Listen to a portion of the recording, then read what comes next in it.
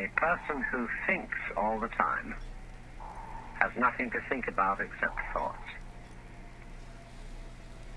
So, he loses touch with reality and lives in a world of illusions. By thoughts, I mean specifically chatter in the skull, perpetual and compulsive repetition of words, of reckoning and calculating. I'm not saying that thinking is bad. Like everything else, it's useful in moderation. A good servant, but a bad master. And all so-called civilized peoples have increasingly become crazy and self-destructive because through excessive thinking they have lost touch with reality. That's to say, we confuse signs, words, numbers, symbols, and ideas with the real world. Most of us would have rather money than tangible wealth, and a great occasion is somehow spoiled for us unless photographed.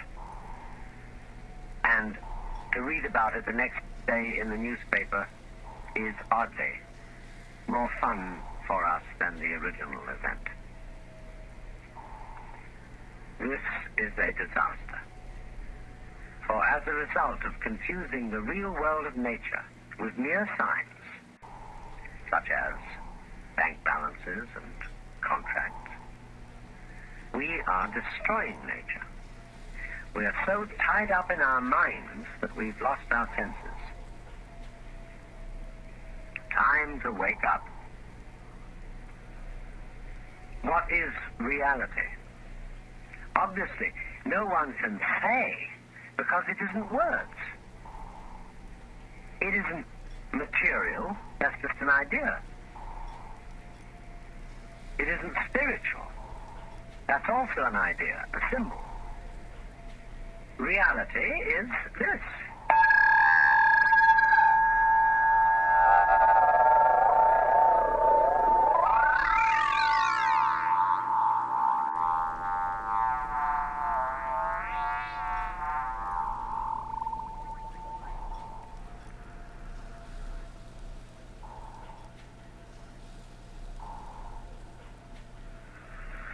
Realize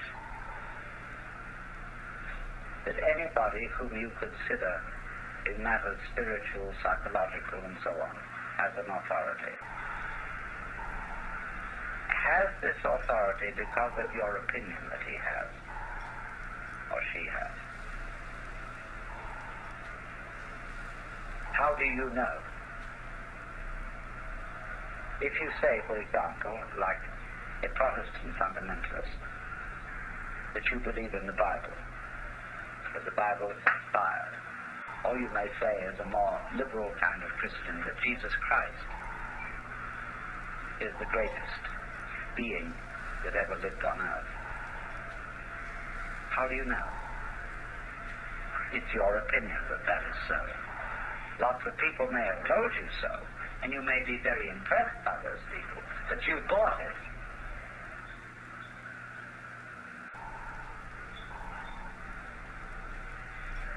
And so, therefore, if you say, well, I would like to become like that, that's an expression of the way you are. You couldn't feel, I would like to become like that, like the authority, like the Christ, except as an expression of the way you are now. And the way you are now is the quaking mess. Therefore, your emulation, your desire, your idealism to become like Christ is merely one of the appetites of your quaking mess. It's an expression in you as you are. Don't fool yourselves. I'm not trying to put you down by talking about the quaking mess. The quaking mess may be, in fact, something very, very natural. The way we are, the state of affairs, and we shouldn't be ashamed of it. I'm not ashamed of it. I told you I'm attractive.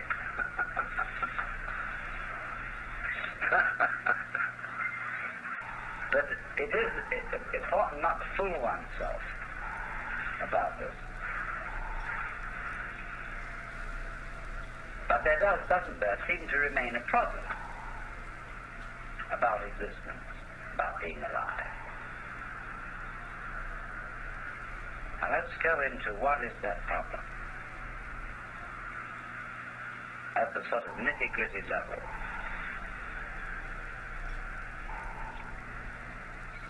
Very basic in our thinking is that we, as it say, one must live. We need to survive, to go on. We need, therefore, money for food, for this, that, and the other. We must go on. And we know that we're not going to get away with it for very long. That after a certain number of years we're going to die. The thing is going to end. The thing that we call I is going to be as it is in sleep. Deep sleep with no dreams. But that between now and that happening, there may be the most ghastly pains. Not only perhaps the pains of physical disease, or being wounded, or hurt, but the pains of worrying about our failure of responsibility to people who depend on us. And we suffer other people's suffering simply because we're sensitive and have imagination and participate in their sufferings, and our adrenaline and our chemicals respond simply by imagination to the sufferings of other people. And what about that?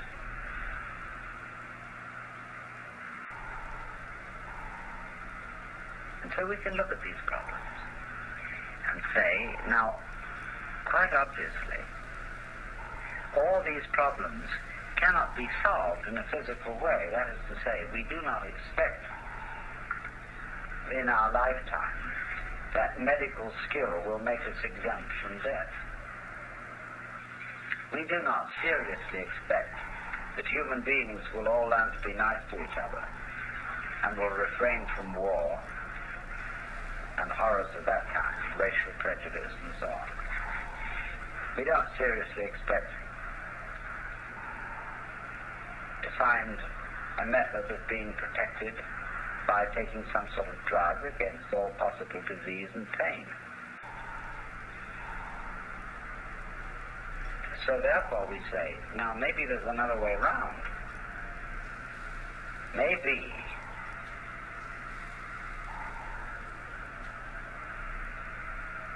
that instead of solving these problems at the technical level, we could solve them at the psychological and spiritual level by so disciplining ourselves, by so doing something of ourselves, that we wouldn't be afraid of it anymore. And so, in accord with that motivation, we seek out spiritual teachers, psychological teachers, this, that, and the other. Could we somehow be made over so that we don't worry about the quaking mass by a spiritual discipline or whatever?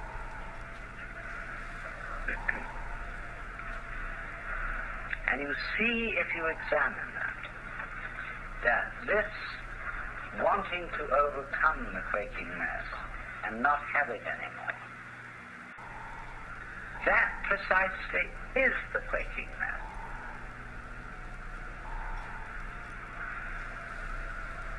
The thing that we object to about ourselves is precisely what we do about overcoming it. In other words, the activity that we employ in overcoming it is the mess that we object to. Do you see that? And it's very important to realize that. And if you do realize it, you raise the question, then what can I do?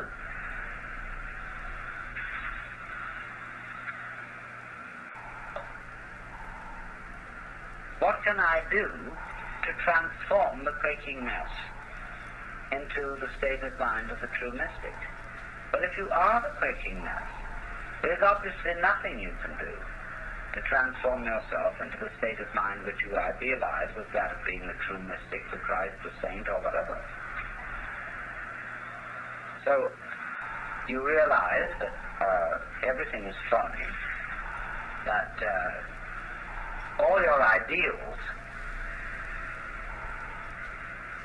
are simply manifestations of the quaking mess, trying to get away from himself. And that you are put in the position of, it is absolutely necessary for me to be different from the way I am. But there's absolutely nothing I can do about it, because being the way I am, I cannot be different from that. Let's say this, but then we can put it in different ways. I know that I ought not to be selfish, and I would very much like to be an unselfish person, but the reason why I want to be an unselfish person is that I am very selfish and would far more love myself and respect myself if I were unselfish. You see? I know that I ought to love God, and whatever. And why do you want to love God? Well, because God is the biggest boss, and it's best to be on the side of the big battalion. That's really why I want to do it. In other words, because I'm looking for the safety of my own spiritual skin. So I think I ought to love God. Oh, sophisticated saints have known this. St. Paul understood it, St. Augustine understood it, Martin Luther understood it. They didn't know what the hell to do about it. But there was nothing to do with it.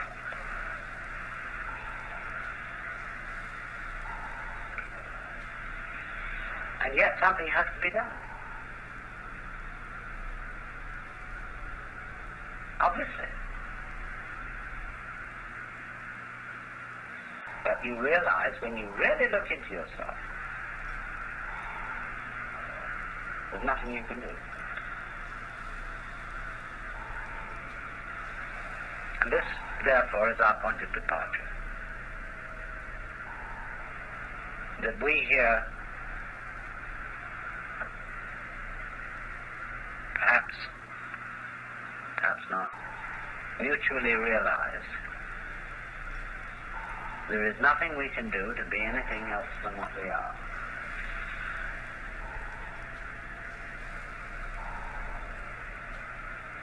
To feel any other way than what we feel at this moment. And to be then this quaking mess which has the capacity for the horrors about what life can do to us. However, this isn't as much of a blind alley, a cul-de-sac, as it sounds. Because if you discover a blind alley, it tells you something. Watch the flow of water when it crosses over an area of land, and you will see that it puts out fingers, and some of them stop because they come into blind alleys.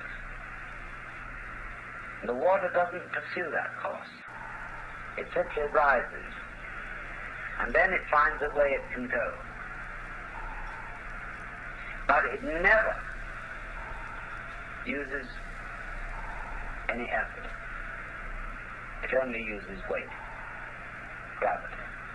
It takes the line of least resistance and eventually finds a course. Now we will do the same thing. Only we're ashamed of it. But we're going to do it anyhow.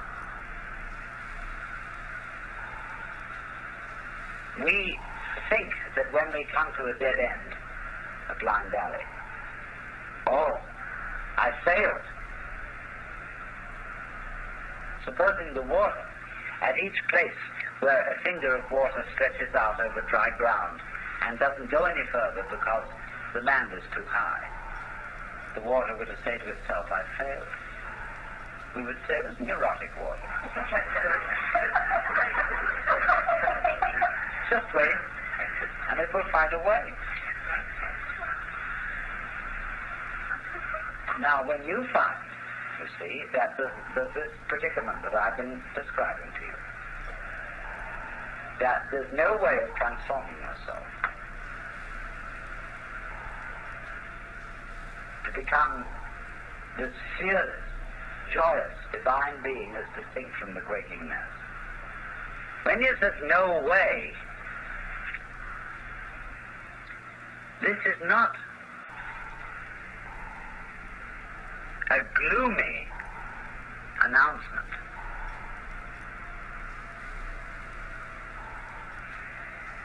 It is a very, very important communication. It's telling you something.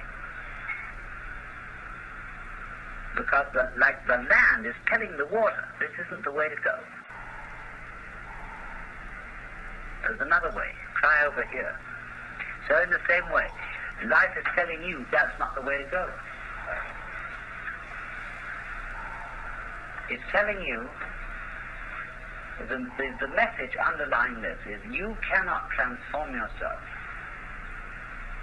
Is giving you the message that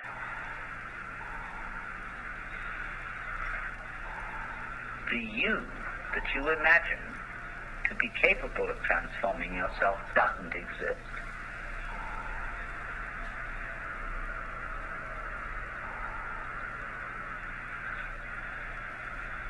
In other words, an ego, an I, separate from my emotions, my thoughts, my feelings, my experiences, who is supposed to be in control of them, cannot control them because it isn't there.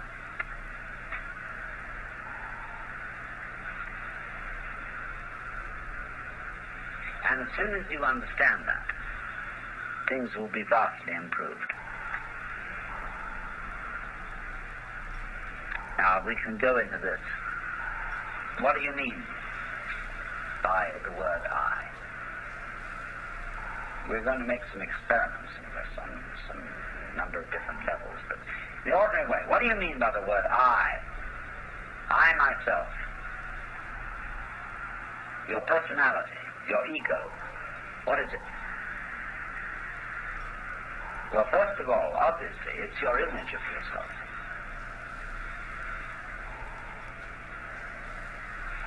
It's composed of what people have told you about yourself, who you are, how they've reacted to you, and given you an impression that that's the sort of person you are.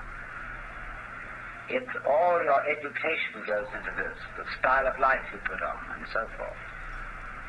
But it's an image, it's an idea, it's your thought about yourself, and I suppose yourself is in fact not this, but it's, to begin with, your total physical organism, your psychological organism.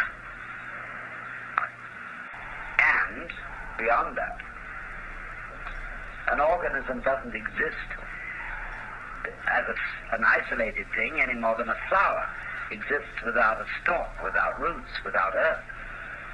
So in the same way, although we are not stalked on the ground, we are nevertheless inseparable from a huge social context of, well, to begin with, parents, siblings, people who work for us, everything. I mean, it's just impossible to cut ourselves off from a social environment, and also, furthermore, from a natural environment. We are that. There's no clear way of drawing the boundary between this organism and everything that surrounds it.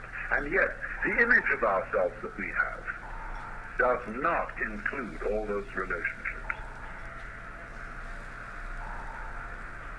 our idea of personality of ourselves includes no information whatsoever about the hypothalamus, an organ of the brain, the pineal gland, really of the way we breathe, of how our blood circulates, of how we manage to form a sentence, how we manage to be conscious, how you open and close your hand. The information contained in your image of yourself contains nothing about all that. And therefore, obviously, it's an extremely inadequate image. But nonetheless, we do think that the image of self refers to something. Because we have the impression, very strongly indeed, that I exist. And this isn't just an idea. We think, my God, it's a feeling. It's really substantially there in the middle of it. And what is it?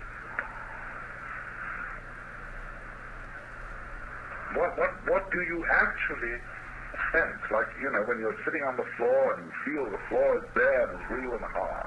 Okay, what are you sitting on the floor? What do you have the sensation of? It's you here when you're not hitting yourself. What is it?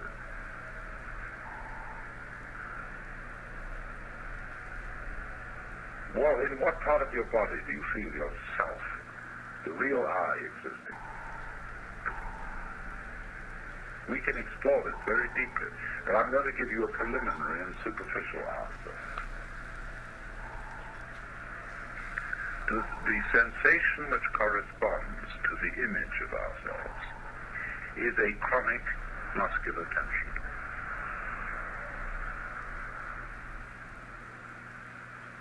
Which has absolutely no useful function whatsoever.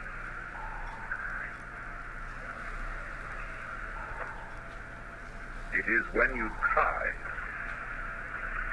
say, to concentrate. What do you do when you try to pay attention?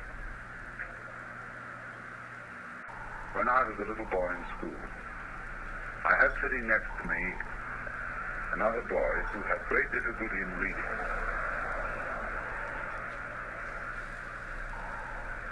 And as he worked over the textbook with its perfectly stifling information, he groaned and grunted to try to read, to get out the sound, as if he were heaving enormous weights on his muscles.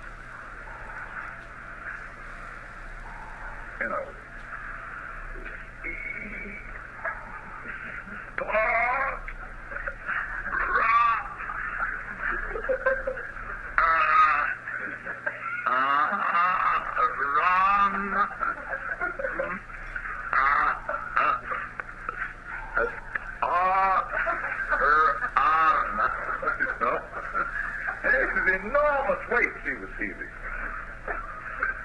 And, the teacher was vaguely impressed that he was trying.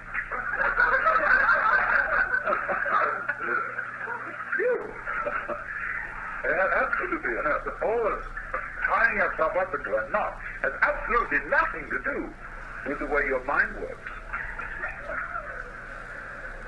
Because, look, if you try to see hard, look very intensely, and you make tight muscles around here, and maybe you tense your jaws a bit. If anything, that will make your vision more fuzzy. Because if you want to see something clearly, you must not make an effort. You must simply trust your eyes and your nervous system to do their thing. So you just look like that. I was writing the other night and I completely forgot somebody's name. But I knew that eventually my memory would produce it. And I just sat for a while and said to my memory, You know very well who this person is. Please give me the answer. He said, boing, there it was.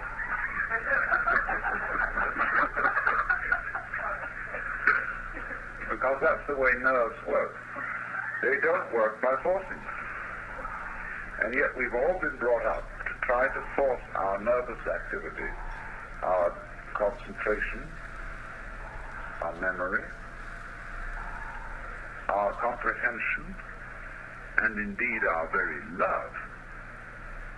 We've tried to force it with muscles.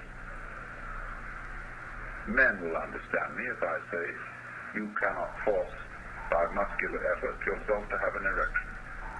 Women will understand me if I say you cannot force yourself with muscles to have an orgasm. It has to happen. And you must trust it to happen. And there is absolutely nothing you can do about it by using your muscles. Nothing. So, in precisely the same way. Well, let's complete the picture.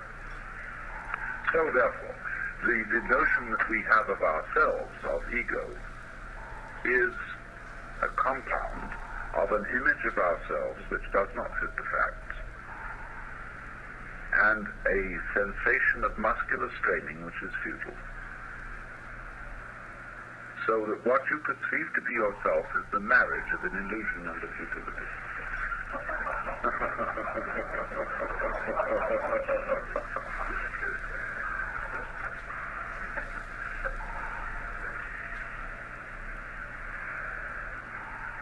So, well, what are we? If that isn't the case. Well, obviously, if you want to take a scientific point of view, by that mythology, then your organism, about which we know very little, and the organism, as we've seen, is inseparable from its environment. And so you are the organism environment. In other words, you are no less than the universe. Each one of you is the universe expressed in the place which you feel is here and now. You're an aperture through which the universe is looking at itself, exploring itself. And we're going to go into that much more deeply. So when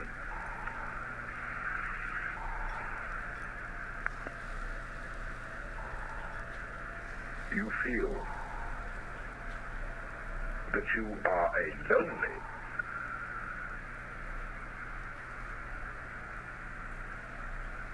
put upon, isolated, little stranger confronting all this, see, you have an illusory feeling. Because the truth is the reverse. You are, as our whole works, that there is, that always was and always has been, always will be. Only, just as my whole body has a little nerve end here, which is exploring and which contributes to the sense of touch, you are just such a little nerve end for everything that's going on. Just as the eyes serve the whole body and help it to find its way around, so you are, as it were, serving the whole universe. You're a cell in it. And it's exploring itself. So that you as a function, you are a function of all that. And therefore, if this is so, it just doesn't fit these facts do not fit the way we feel.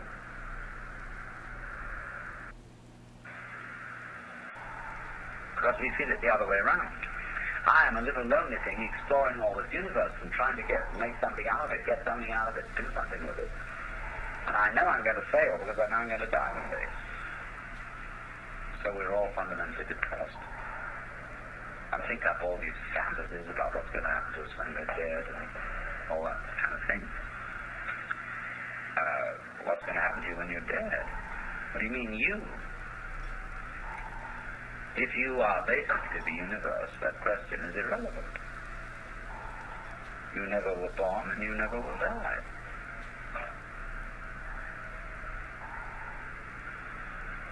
Because what there is you. And that should be absolutely obvious. But it is not obvious at all. That should be the simplest thing in the world. That you, the I, is what has always been going on and always will go on forever and ever. But we have been bamboozled by religionists, by politicians, by fathers and mothers, by all sorts of people to tell us, you're not it.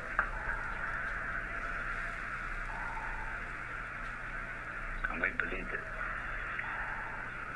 So, do you see now why, if I put it to you in this very negative way, you can't do anything to change yourselves, to become better, to become happier, to become more serene, to become mystics or anything. If I say you can't do a damn thing, can you understand this negative statement in a positive way? What I'm really saying is that you don't need to.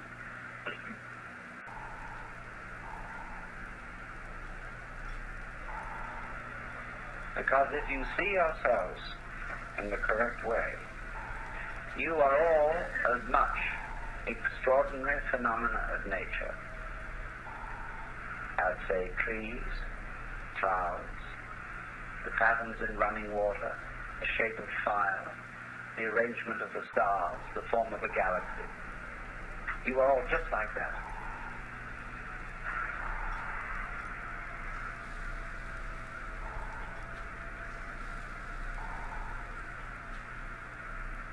There's nothing wrong with you at all. Except that I have to add this little flip. You have in you, you do think there's something wrong with you. See? And there's no question, you do. We all object to ourselves in various ways. And I'm going to add, there's nothing wrong with that either. Because that's part of the flow. That's part of what is going on. That's part of what we do.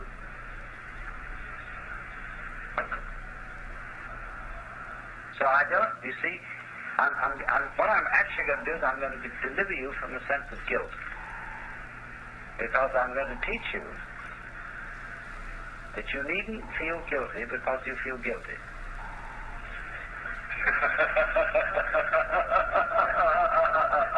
Of course you feel guilty. It's like someone put a match on you and you feel hot. So they taught you as a child to feel guilty, and you feel guilty. They say, well, if somebody comes along and says, well, you shouldn't. It's not the point. I'm going to say, not that you shouldn't, but that you do, and don't worry about it. And if you want to say further, but I can't help worrying about it, I'm going to say to you, okay, worry about it. This is a principle called in Japanese judo, meaning the gentle way. Go along with it, go along with it, go along with it.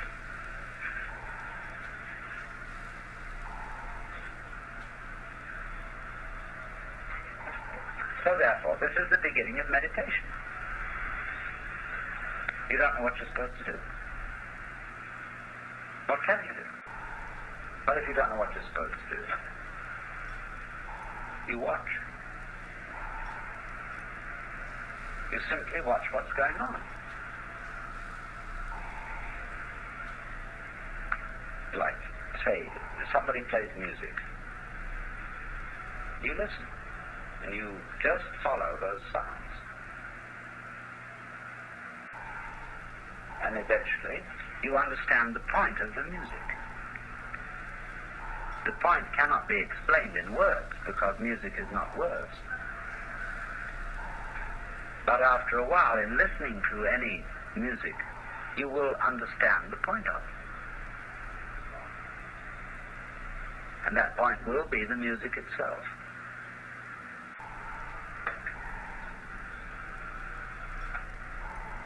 So in exactly the same way, you can listen to all experiences, because all experiences whatsoever are vibrations coming at you. You are these vibrations, as a matter of fact. If you could really feel out what is happening, what you are aware of as you and as everything else is all the same. It's a vibrations of all kinds, and they're on different bands of the spectrum. Sight vibrations, emotion vibrations, touch vibrations, sound vibrations. All these things adding together are woven.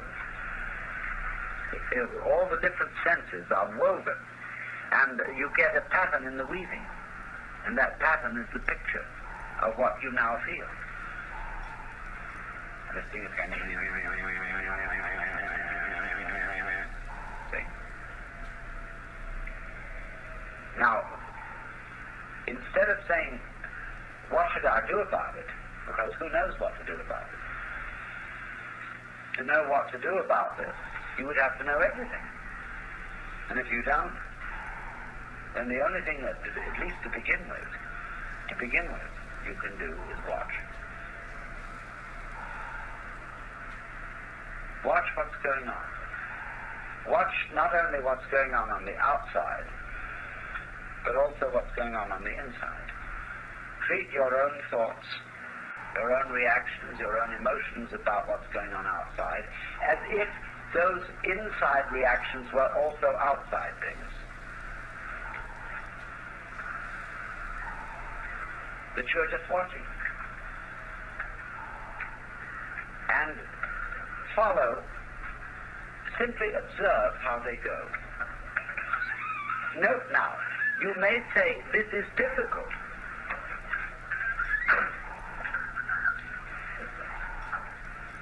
I am bored by watching what is going on. Let's say you sit quite still and you are simply observing what is happening.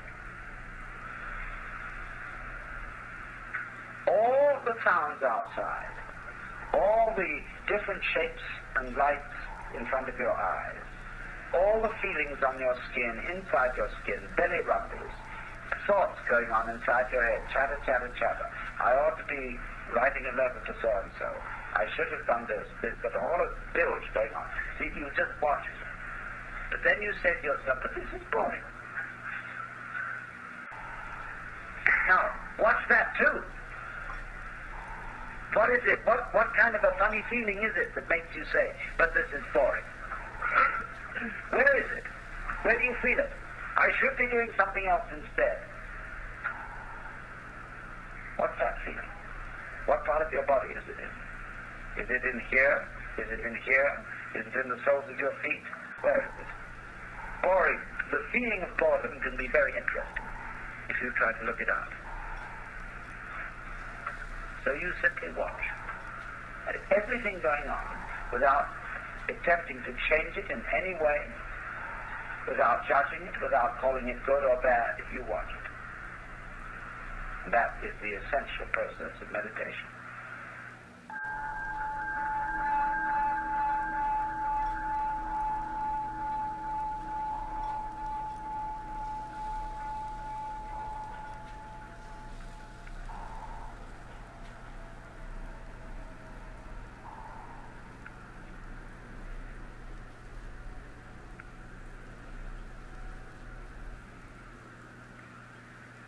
We all know what reality is, but we can't describe it.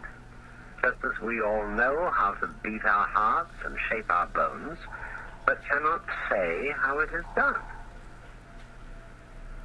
Water becomes clear and calm only when left alone.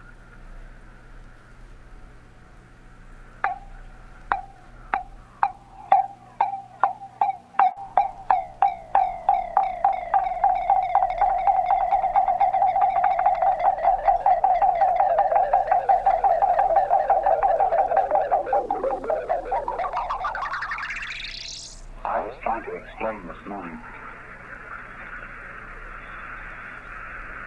that what what, for want of a better word, we call meditation, or I sometimes prefer to say contemplation, is really supposed to be fun.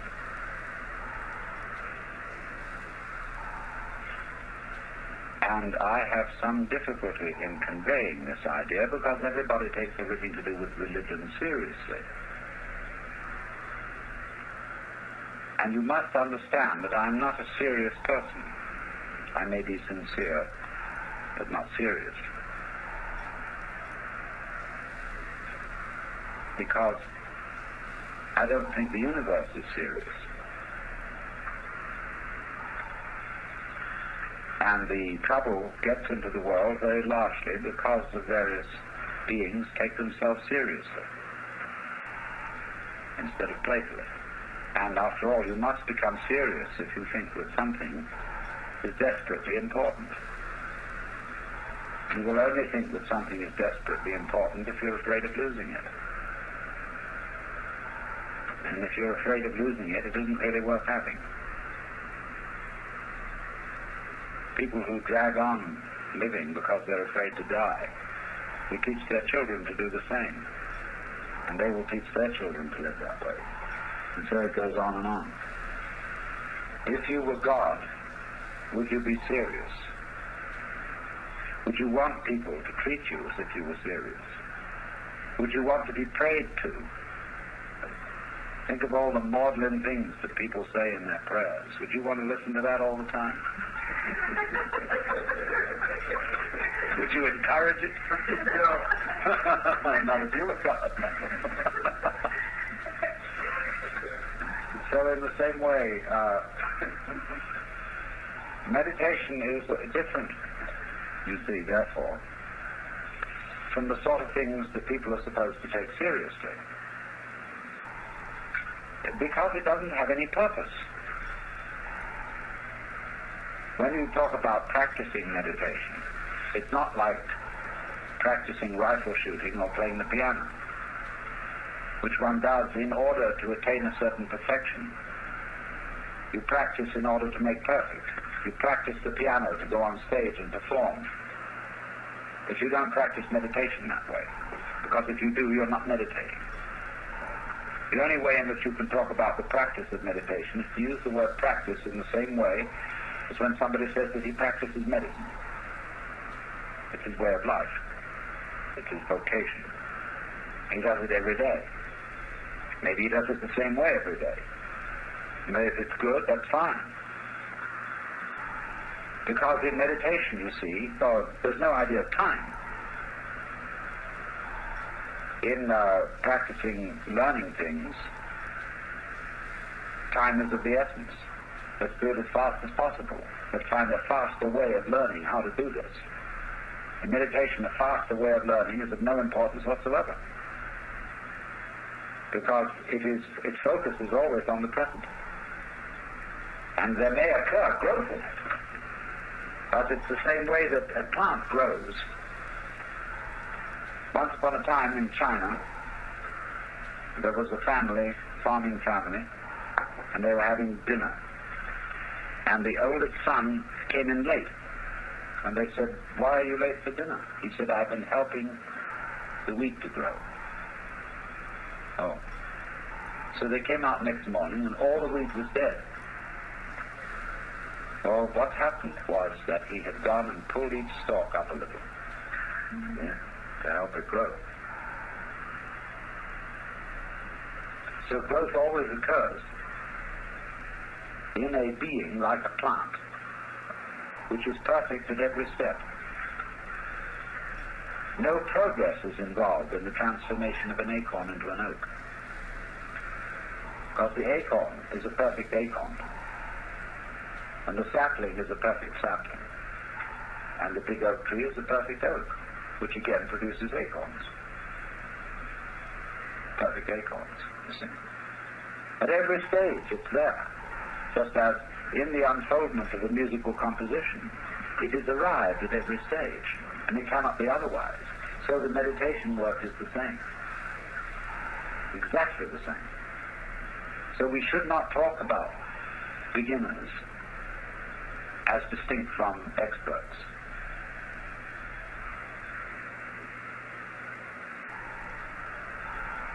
We should develop, if we could, a new vocabulary.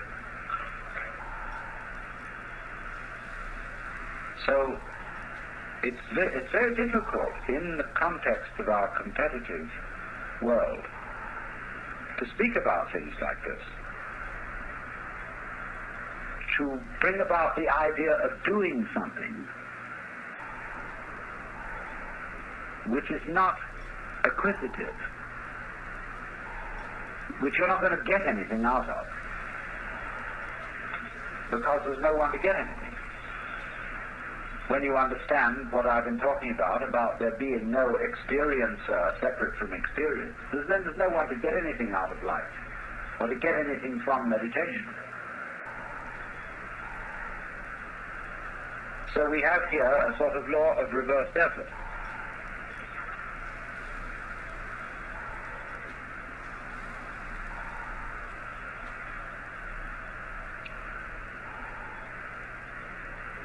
You must therefore understand that as a background to anything said about techniques. Because whenever we talk about techniques, we seem to be talking about the competitive thing, mastery, the idea of mastery of technique. But on the other hand, if you play a musical instrument, technique is very important in the making of a satisfactory sound. But if you force the learning of technique or force the performance of it, everyone will hear it, and you will hear it, the forcing of it yourself, and it will be unmusical.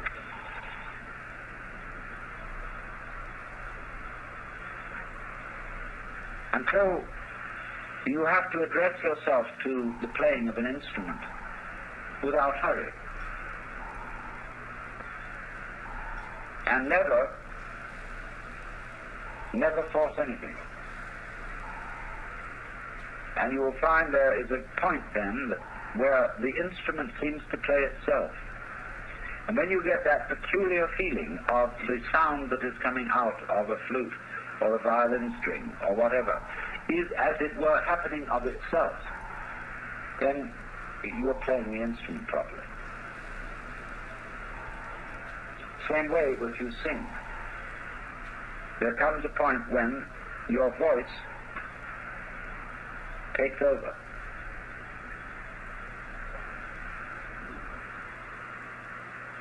This is the difference between spiration and inspiration. You may say, as Christians do, that the act of worship is inspired by the Holy Spirit. That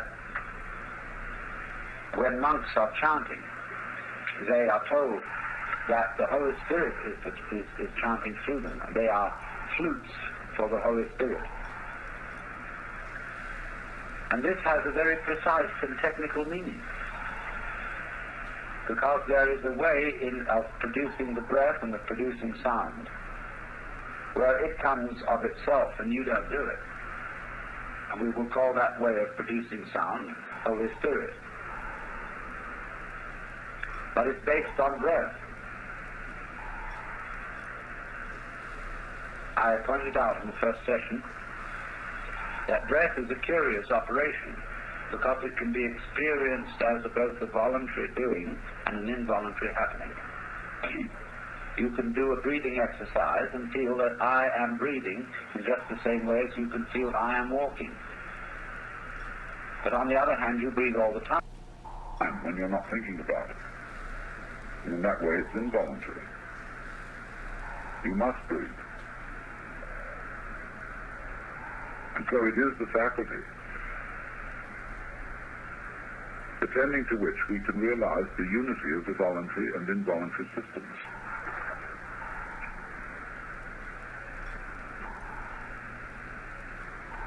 So therefore, what is called anapanasati in Buddhism means mindfulness of the breath, watching breath. And watching breath is fundamental in meditation,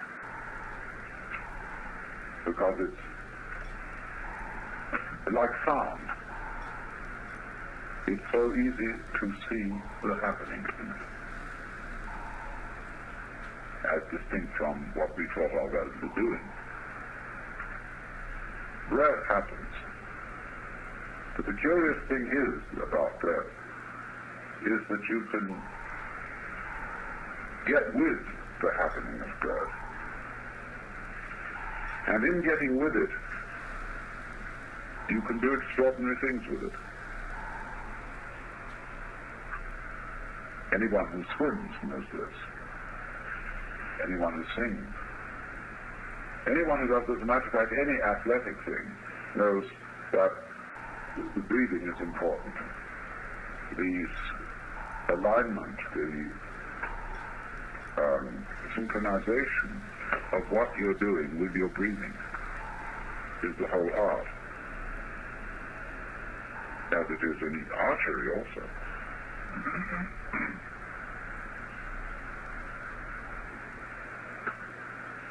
But powerful breath is not worked by muscle power.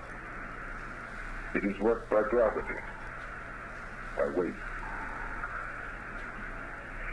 And what I would like you to do is, if you will sit upright, and the reason for this is very simple, that the part of your body in which the breathing is occurring is unencumbered. And also, sitting upright on the floor, you are slightly uncomfortable, so that you won't go to sleep. And in any peaceful and quiet state of mind, it's very easy to go to sleep. And now, in this way, in this position, you simply become aware of your breathing without trying to do anything about it at all. You let it happen and watch it.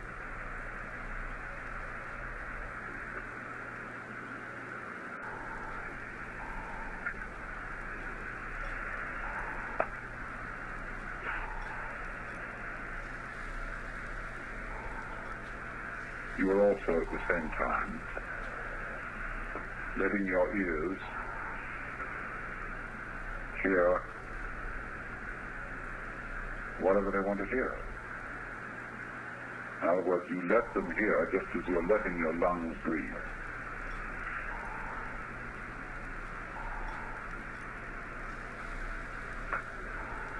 Now, beyond this, can you get the idea of breathing out heavily? Letting the breath fall outwards without pushing it.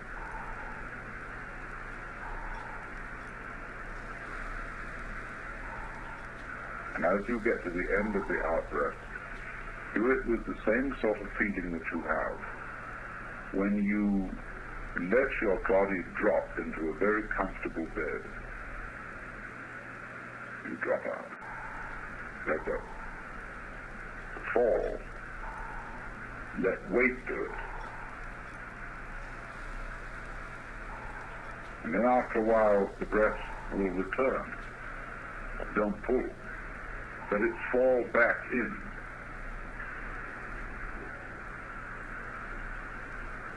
And drop in until you've had enough. And then let it drop out again.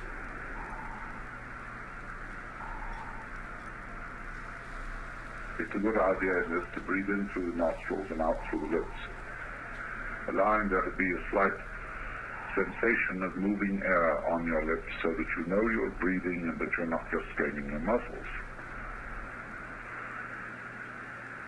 But never force anything. Just have the feeling of it going that way by virtue of weight. And then as you let the breath fall outwards, you simply float a sound on it. Think of a sound that pleases you, a note that seems agreeable to your voice.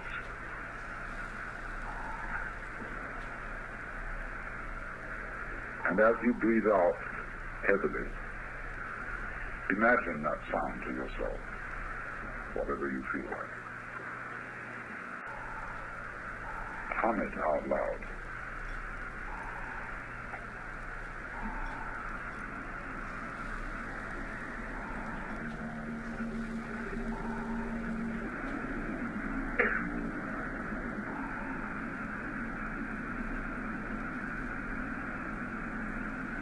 And keep it going.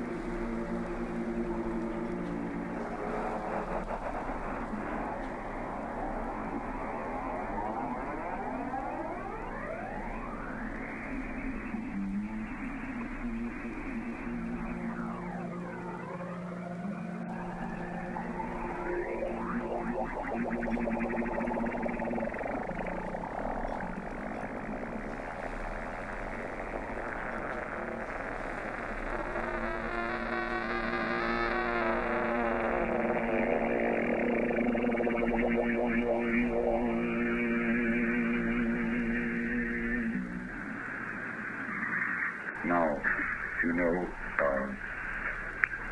you're still a little short-winded and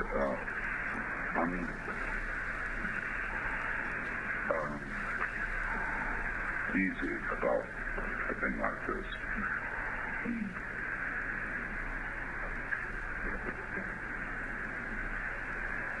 You can, as well as allowing the sound to hum and happen with dirt that is falling out, you can, as it were, simply request it to increase the volume without forcing. And you can keep a sound humming as a whole group of people together by, when your sound ends, bring it in again quite softly and then allow the volume to rise. And then you will get a more or less continuous production of sound by a group. But it's important to have the sound running continuously. Try it again, picking your own note again once more.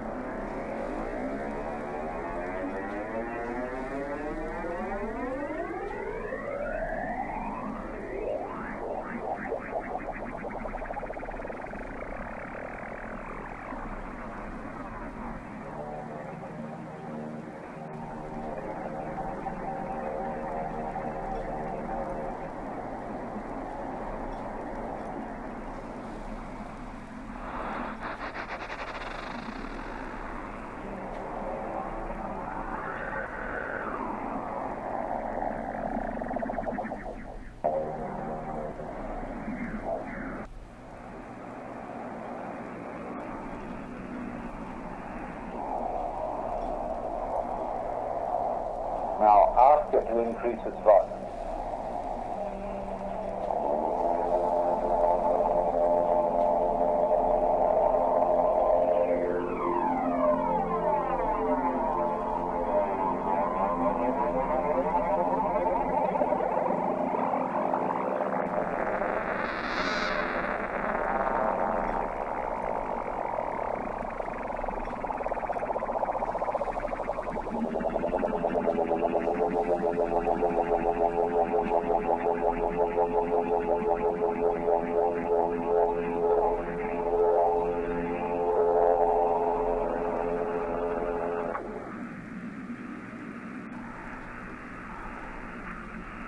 listening on it.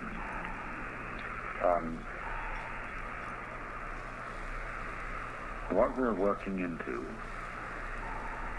is the completely liberated but soft and gentle letting of sound happen through us without the slightest sense of strain, so that you are not singing it, but it is singing with your voice. Don't premeditate a tune, but let it come, so that it's as if almost you were talking nonsense. I mean, I can talk nonsense at the drop of a hat. I can do a whole lecture in a completely non-existent language. But what you're doing is you're doing this gently with voice, and you're simply preoccupied with it, like easy humming to yourself.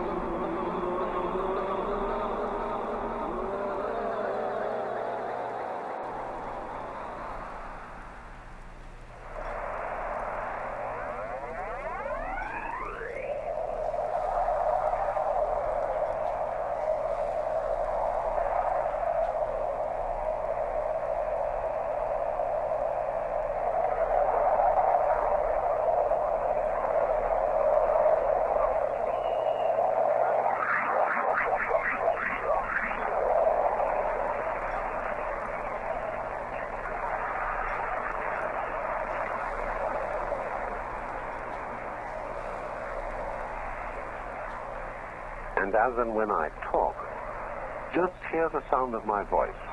Don't bother about what it means. Your brain will take care of that by itself. Just let your eardrums respond as they will to all vibrations now in the air. Don't let yourself or your ears be offended by improper or unscheduled sounds. If, for example, the record is scratchy, okay. You wouldn't object if you were listening to it sitting by a fire of crackling logs.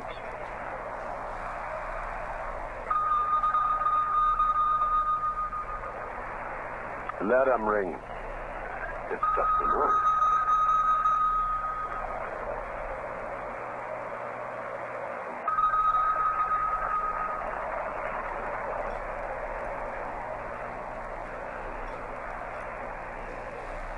And keep your tongue relaxed, floating easily in the lower jaw. Also stop frowning. Allow the space between your eyes to feel easy and open.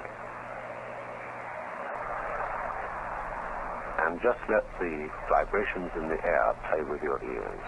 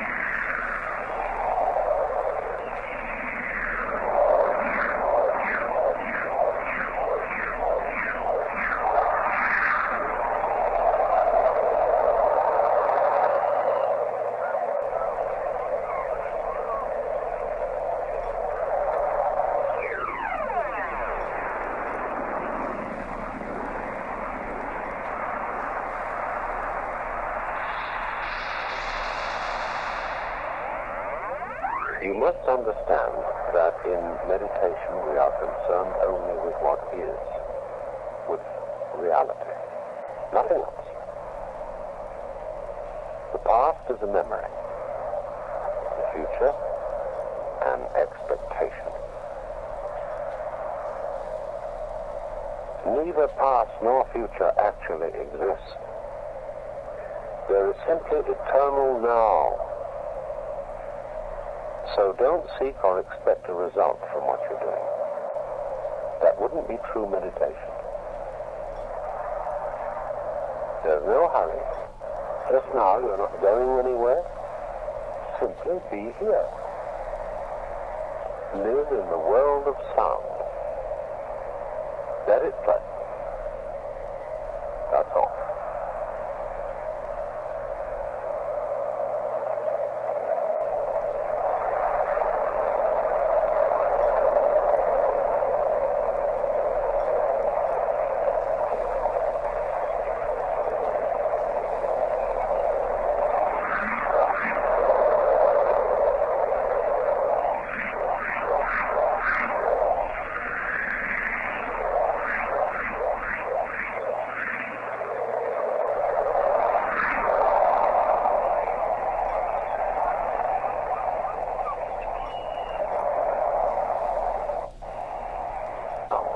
Can you actually hear anyone who's listening?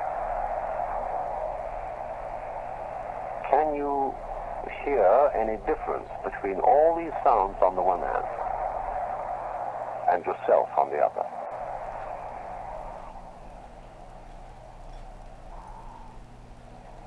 Now, when you were thus absorbed in sound, where were you? This would be called a state of consciousness, where we have a primitive form of samadhi.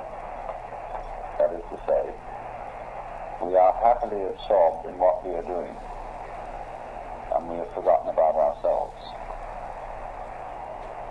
You can't very well do that and worry.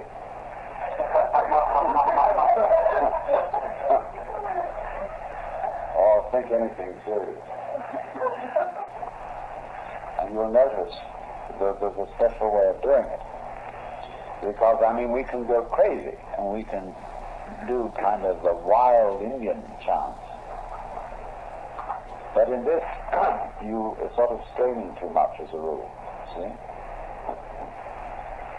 If you keep it down to a soft thing like this,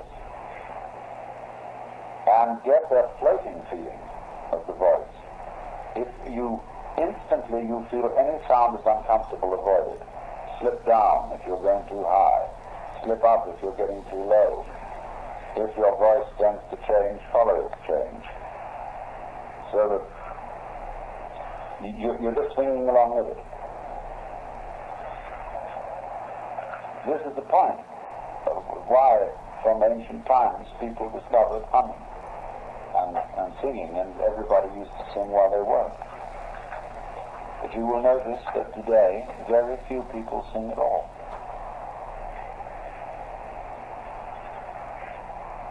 You have to make a thing of it. People are afraid of their voices. Their melodic voice is distinct from the spoken voice. I know an enormous number of people who never sing at all. Why is it that when the scriptures, the Upanishads, the sutras are read, they are invariably chanted? Because an extra dimension is added to the voice as soon as you bring a note into it. That's the divine element, you see, the note sound, the singing sound, symbolically speaking. So, this is a form of what I would call free mantra chanting, like we did it then, which isn't used much.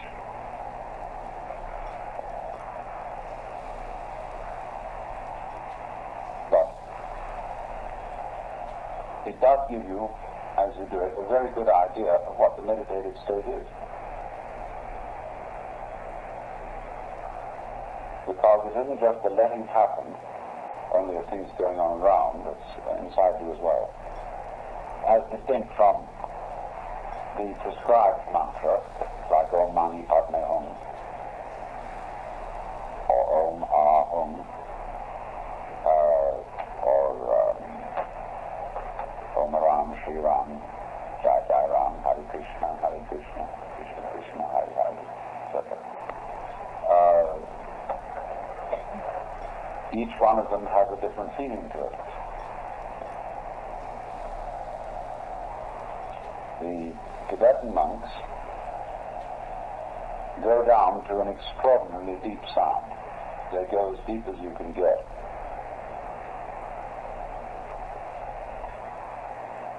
There is a reason for this. It's very difficult to explain, because you have to do it. But when you go down into sound as deeply as you can get,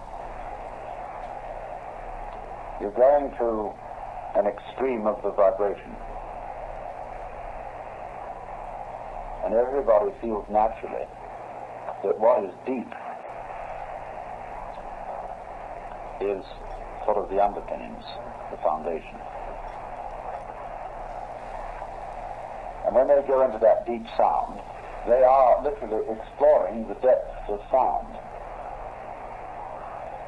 As we say, go into it deeply, which you can very readily see once you get into that. That you're in another state of consciousness altogether. You're not anymore in fidgety, chattering to your skull everyday consciousness. What I call normal restlessness.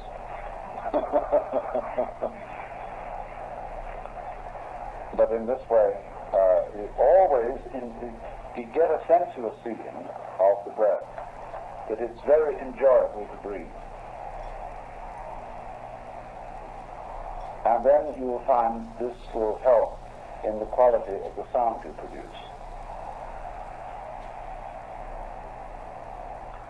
And we, of course, have to get away from some of our musical prejudices when we do this. Now, I know, I'm sorry, but everybody thinks that to spend a lot of time gently humming nonsense to yourself is a waste of time.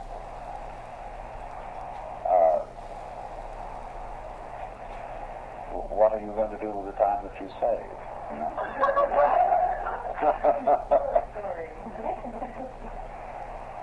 But the point, though, is with all this, the first thing we have to understand is what I would call deep listening. And very few people ever really listen. Because instead of receiving the sound, they make comments on it all the time. They're thinking about it. And so the sound is never fully heard. You just have to let it take over. Let it take you over completely. Then you get the samadhi state of becoming it.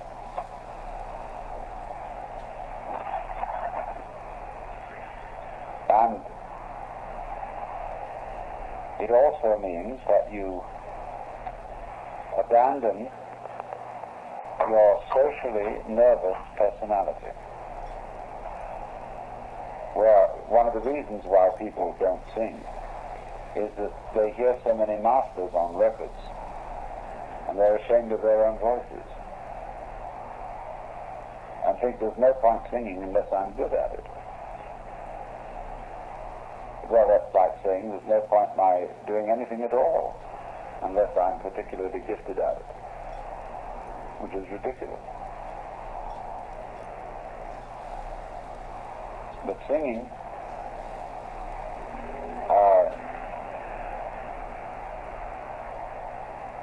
is of course very good for you, but we won't mention that, because it brings in too much purposiveness into it. And but it's like a child will make noises because of the absorbing interest of making noises. The child will make all sorts of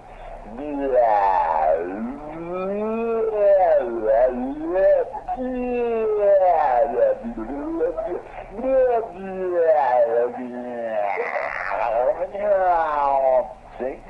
To explore the possibilities of what you can do with a voice. See?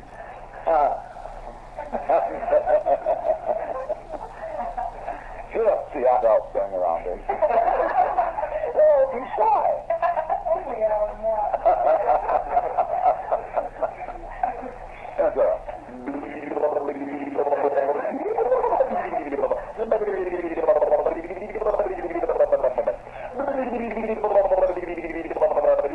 See? You have this fun.